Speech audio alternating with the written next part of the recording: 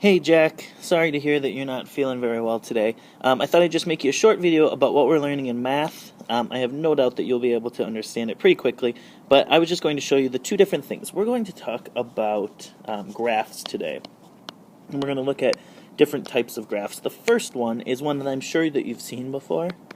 It's called a pictograph, and a pictograph has us use pictures to show different numbers on a graph. So if I made a chart like this, and I was talking about number of people who like ice cream, so we're going to write ice cream, and we'll say people who like ice cream. And then we had three classes. We had Mrs. M's class, Mr. J's class, and Ms. K's class. If I draw in that Mrs. M's class has 1,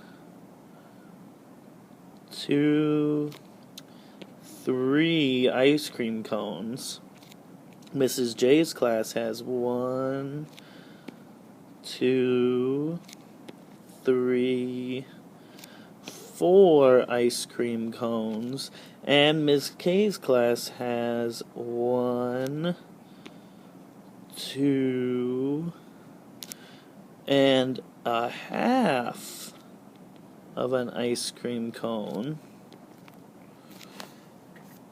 then we can say that a certain number of people in each class liked that ice cream. But I know it's not just 3 here and 4 here, because there's no such thing as 2.5 people. So what I have to do is I have to look for the key on the bottom.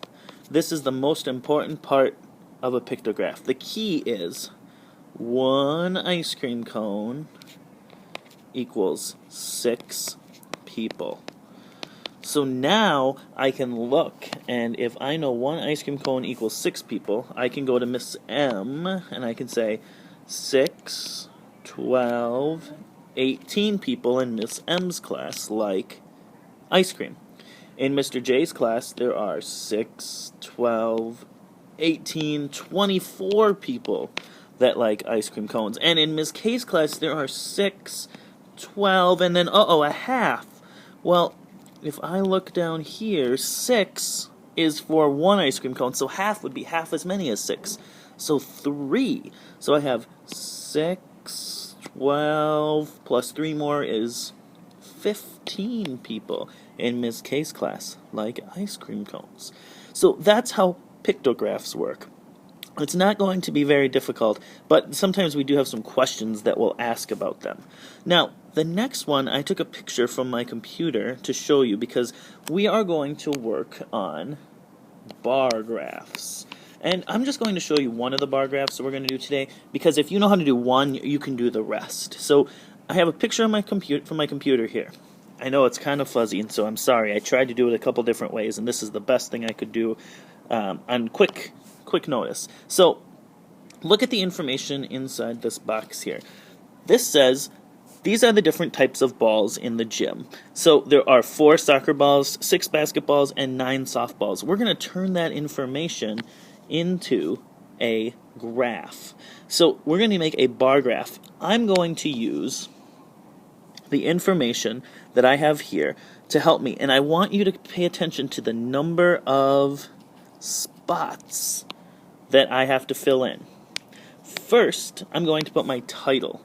The title is right here, Balls in the Gym.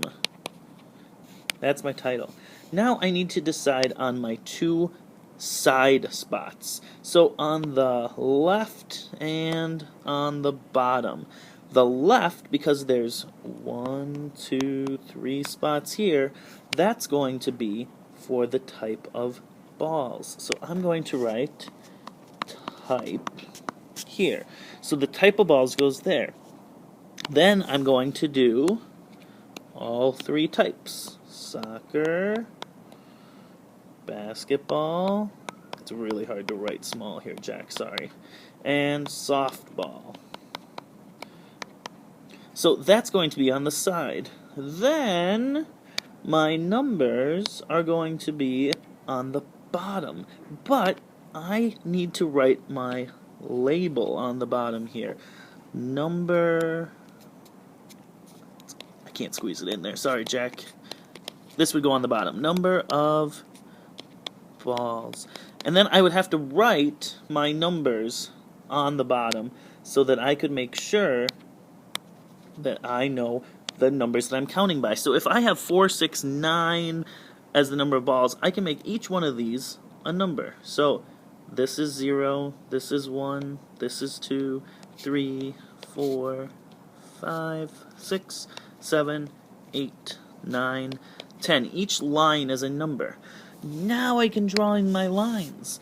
4 is the number of soccer balls. So I go to soccer, I go to 4 and I make a line like this and turn it into a bar. Fill it in. There are 4 soccer balls. Then I go to basketballs. And there are 6 basketballs. So I go to 6 and I fill in my bar. Yours is going to look much nicer and neater than this. It's very hard to write small on this board. And then finally, my last one is going to be the softballs. So I am going to do softballs as 9. So I go all the way out here, draw it back, and I fill it in. Now, if you were counting, there were a bunch of different colors that I used, and there's a bunch of different labels. So I'm going to circle all the things that I need to write in. I have 1, 2, 3, 4, 5, 6, 7, 8, 9, 10. 10 different things I need to write. Now, I know that that's really hard to see with everything I have. So as I go back, I'm going to clear off the 10 circles that I wrote so that you could see what I have there. You're going to be making graphs like this with the information. When you get back tomorrow, you can, or the next day, we'll go over these and you can look at some of the graphs that we made and you can have practice with it.